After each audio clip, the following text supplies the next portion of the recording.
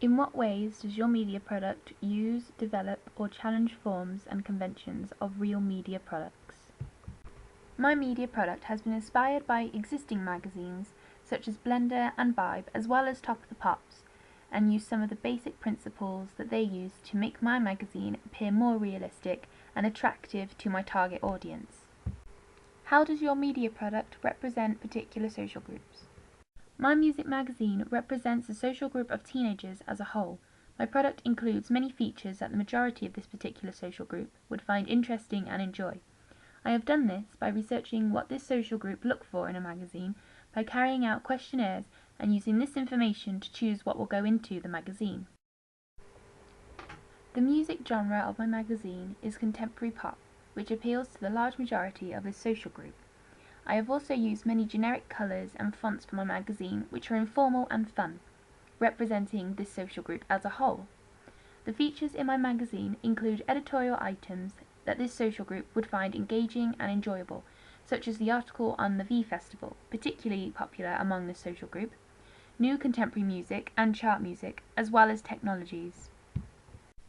In a sense, my music magazine depicts a typical teenager's interests and hobbies by the use of basic design aspects, which I have taken from my research into the music magazine industry.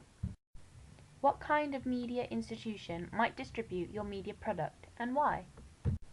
I think the Bauer Media Group would distribute my magazine, as it publishes both Q and Kerrang magazines, making it very well educated in the industry. My magazine gives teenagers a positive outlook, different from the way media and the press view this age group.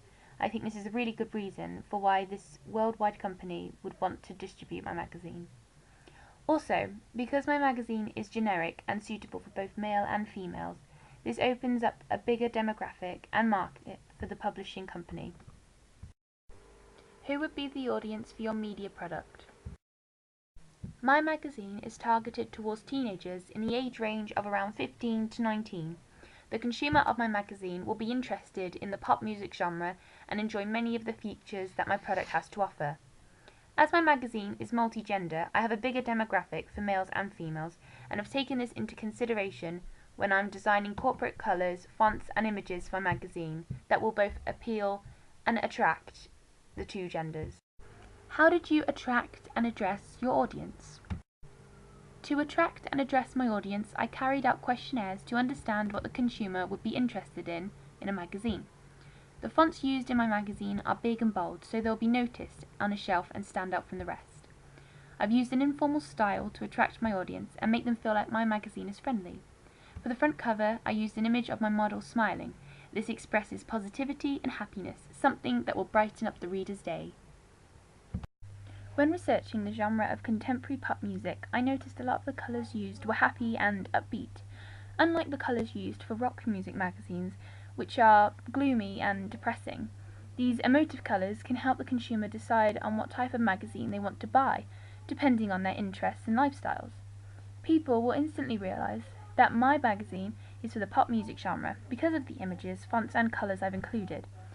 Headlines and images are used in magazines to reflect the personality and style of the artist to the audience on the front cover. The readers will realise what the article is about and what to expect from the magazine itself. I made sure that I took this into consideration when designing my magazine styling, corporate colours and images.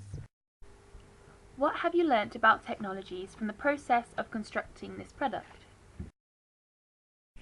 From the creation of my magazine, I have learnt the concept of many tools on both Photoshop and Publisher, as well as learning how to use Comiclife for the first time to create my masthead. Using all these types of software allowed me to create a magazine with many effects. I manipulated the images from my photo shoot on Photoshop to give a more varied effect and make it stand out more to the audience. I learnt how to cut around images into my preferred shape and how to change the texture to suit the style of my magazine. I have utilised online software to upload and share my work throughout this process. These social online platforms have given me the opportunity to learn how easily accessible different forms of media are to its particular audience. Looking back at your preliminary task, what do you feel you have learnt in the progression from it to the full product?